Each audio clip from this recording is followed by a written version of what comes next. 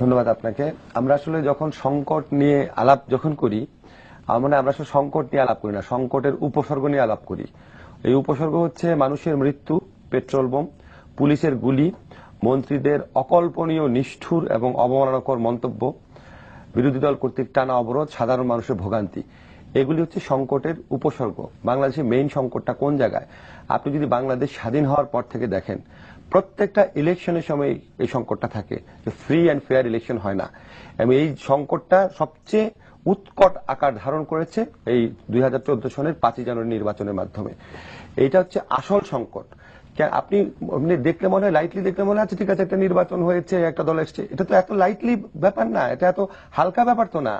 কারণ আপনি যদি 5ই জানুয়ারি নির্বাচনের আগে সকল প্রেডিকশন দেখেন, জরিপ দেখেন, স্থানীয় নির্বাচনগুলোর ফলাফল দেখেন, তাহলে 5ই জানুয়ারি যদি ফ্রি অ্যান্ড ফেয়ার ইলেকশন হতো, আজকে বেগম খালেদা জিয়ার প্রধানমন্ত্রী হওয়ার কথা, বিএনপির সরকার গঠন করার কথা।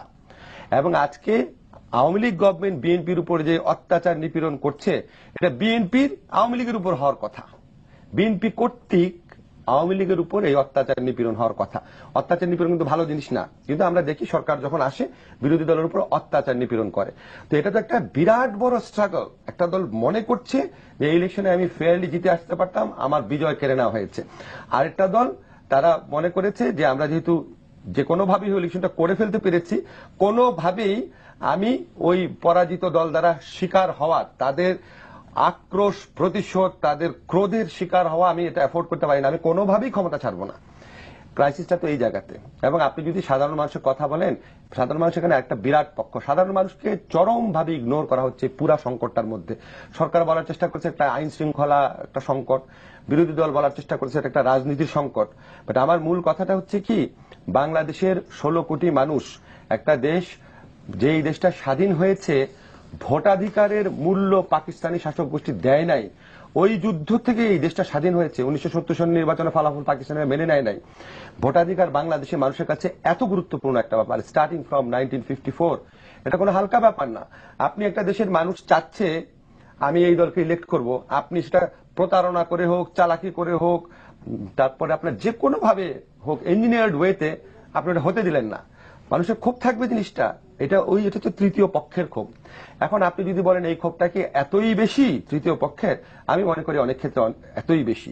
বেশি হতো না যদি 5ই জানুয়ারি ইলেকশনের পরে সাধারণ মানুষ যদি দেখতো, আচ্ছা আওয়ামী লীগ গভর্নমেন্ট এমনি একটা অত্যন্ত প্রশ্নবিদ্ধ ইলেকশন করে ইলেক্টেড হয়ে এসছে, তারা কথাবার্তায় নমনীয় হয়েছে, সুশাসন দেওয়ার চেষ্টা করছে, ভালো ভালো কাজ করার চেষ্টা করছে, বিরোধী দলের মতামতকে রেসপেক্ট করছে, এবং তারা তখন যেভাবে বলেছিল যে এটা একটা নিয়ম রক্ষার নির্বাচন, ওই প্রতিশ্রুতি রেখে ফ্রি অ্যান্ড ফেয়ার ইলেকশন করার চেষ্টা করছে, তখন সাধারণ মানুষও ডেপ্রাইভ ফিল করতো না। এখন বহু মানুষ আছে মনে করে চিটেড ফিল করে যে আপনি আমার ভোটাধিকার ছাড়া ইলেক্টেড হয়ে গেলেন, হয়ে আমাকে অত্যাচার করে, আমাকে মেরে টর্চার করে, আমাকে জিম্মি রেখে এটাই আমার উপর চাপায় দেওয়ার চেষ্টা করবেন, এবং আবার বলবেন 2019 সনে আমি এটাই করব। এটা তো আপনার খুব সহজ সংকটটা ওই জায়গায়। এবং আপনি দেখবেন এখানে একটা অদ্ভুত ব্যাপার দাঁড়িয়েছে।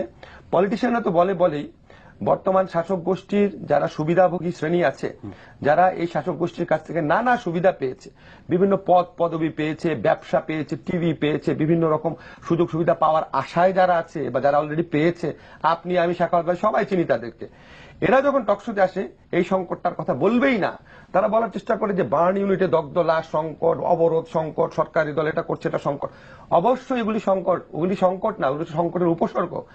অবশ্যই এগুলি খুবই জরুরি যে ব্যাপার, কিন্তু আপনি যদি রিজলভ করতে চান, আপনি বিএনপির বহু নেতা কর্মী তো গণহারে গ্রেফতার করা হচ্ছে, বিজিবি নামিয়েছেন, যে বিজিবির কাজ হচ্ছে বাংলাদেশের নাগরিকদের নিরাপত্তা দেওয়া, অন্য দেশের আক্রোশের কাছ থেকে, অন্য দেশের বাহিনীগুলার নিষ্ঠুর গুলিবর্ষণ থেকে, সবই করছেন, তারপর বন্ধ করতে পারছেন না। তার মানে কি, এটা যদি বিএনপি যদি নিছক সন্ত্রাসী গোষ্ঠী হতো তো এটা আপনি বহু আগে উৎপাদন করতে পারতেন। তার একটা বিপুল জনভিত্তি আছে দেখে জিনিসটা হচ্ছে না।